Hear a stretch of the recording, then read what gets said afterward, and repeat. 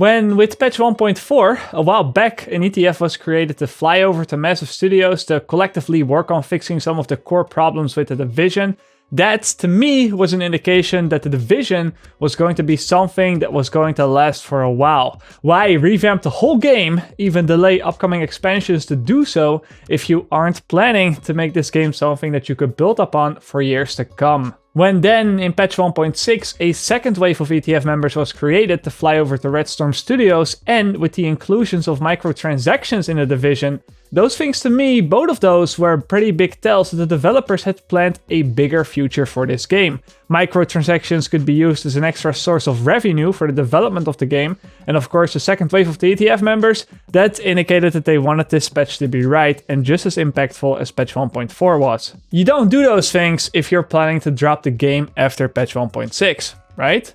But when year 2 content started becoming a topic and it started popping up everywhere, I gotta be honest with you, I had big expectations for it. Year 1 DLC was mostly just additional game modes. People weren't too excited about them, but they weren't too bad at all. It was, at the end of the day, content that had probably already been planned out before the game was released, so it was hard for Massive to change the course of that and do something completely else for survival or Last Stand. But now, with all the things that Massive has learned, all the feedback that the community has been able to give over the past year, I would have really expected Massive to show the people what it is capable of. A large rework of the game, fixing all the core issues, the bugs that have been there since launch, fixing the imbalances between gear and stat rolls, fixing some of the broken mechanics, fixing the servers, and doing that while introducing some new actual content, more map, more missions, more story, and all of that. Bring it big, make this game what it was supposed to be from the start. That is honestly what I was expecting from year 2.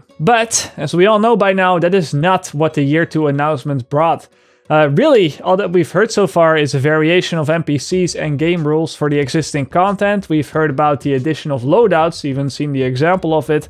And we've heard that they're gonna add some new vanity items and a new vanity slot for those that complete those special events. I am pretty sure that this is not all of the new stuff that is coming. They've only shown a part of it, and what they showed, it may not even be the biggest thing to come, but surely that big map expansion with new maps, missions, new actual content, and a complete rework of the game, that was, as the developers put it, off the table for year 2, which was a pretty big punch to the nuts for me. Now, I initially didn't really feel like making a video on this. I didn't even report the news on my channel, as you might have noticed. There was no video, and I didn't do that because I was, well, feeling pretty sad. I wasn't feeling like talking about it at all. But not only that, I also wanted to sit on it for a few days before giving my thoughts. Let it sink in, really think about it, about why I was even sad in the first place. And maybe give the developers a chance to explain some further details, wait a bit to see what some other people think about it maybe, to really come to a rounded conclusion before even saying anything about it.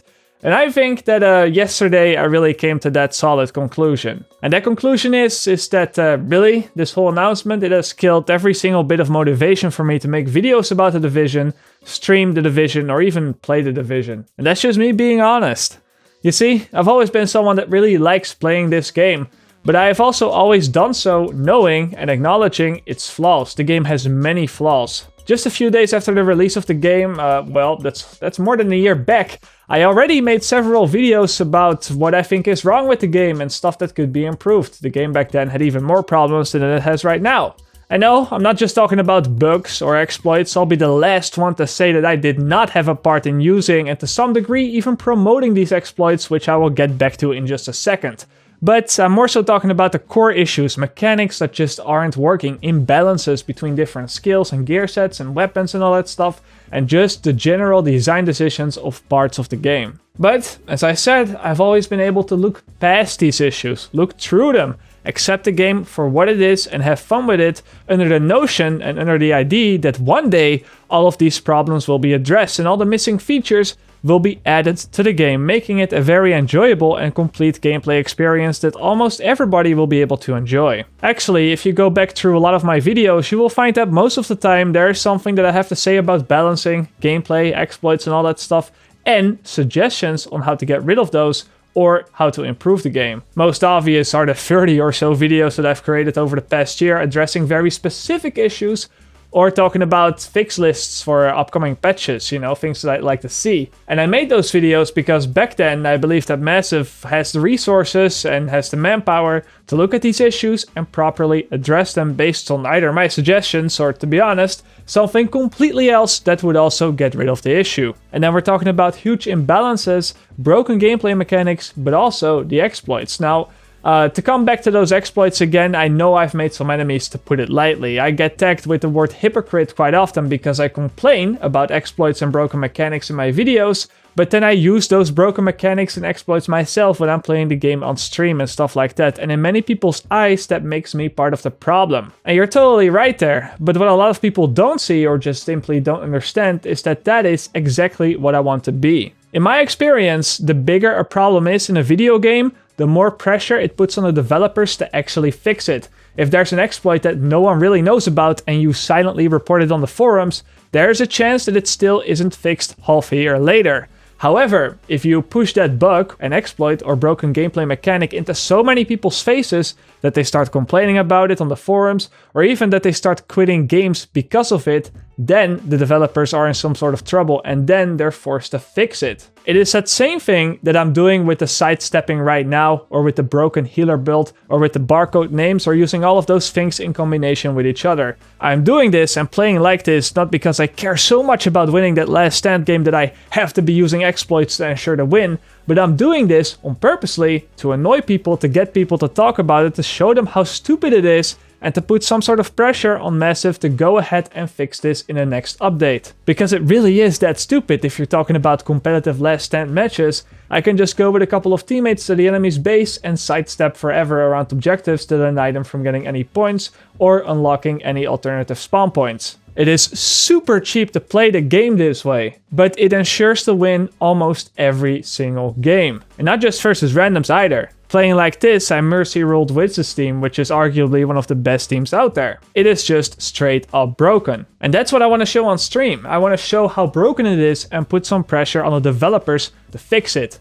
And if this means making some enemies in the process and ending up with a better game at the end of the day, then it was surely worth it, because in the next patch we will not have to deal with that anymore. However, seeing that the year 2 content is so light on actual content, I am starting to feel what many of my friends, teammates, and other players in general have felt for a long time.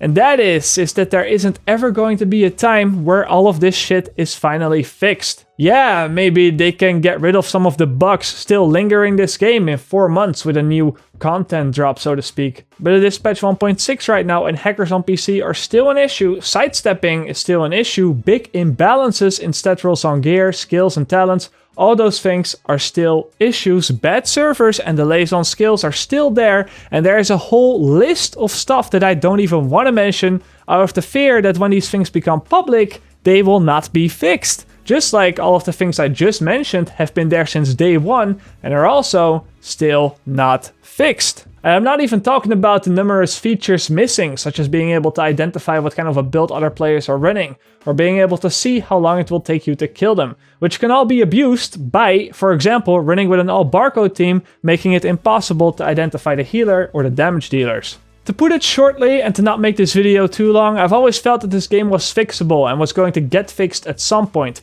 Right now, I do no longer feel that way. I feel like many of the issues still plaguing the Division right now will remain to plague the Division until the servers die out. Maybe I'm jumping to conclusions, maybe I'm wrong here, but this is just a video that I wanted to create to talk to you about the way that I'm currently feeling. And on top of that, the fact that in my personal opinion, patch 1.6 wasn't that great, because for PvP players trying to have some sort of competitive experience, there is nowhere to go. I mean, the DZ is a wasteland and Last Stand is littered with bad servers, RNG teammates, and easily abusable mechanics, as I showed before. And you can probably understand as to why, for now, I've pretty much lost interest in the Division. It's just that simple.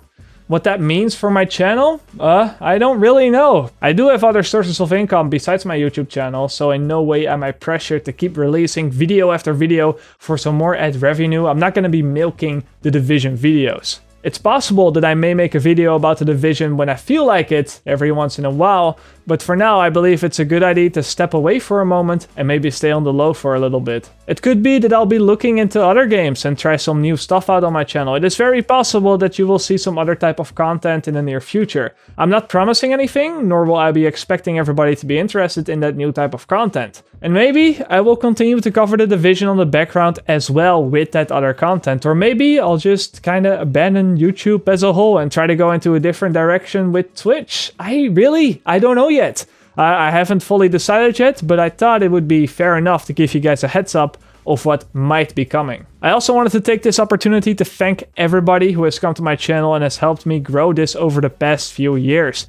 I still see people leaving comments on my videos that have been leaving comments since 3 years back and have stuck with me all the way through. Even back when my videos were super cringy and my Dutch accent was fatter than the wallet of my Division agent. Those were the good old times, man, but no joke. Especially the last year my channel has exploded, and I'm pretty sure that would not have happened without the continued support from you guys. It may sound cheesy because you've probably already heard this 100 million times from 100 million other YouTubers, but I am very appreciative of all of what you've done. This is by no means the definitive end. Maybe I just need a break. Maybe it's my personal burnout of The Division taking the wheel and speaking up right now.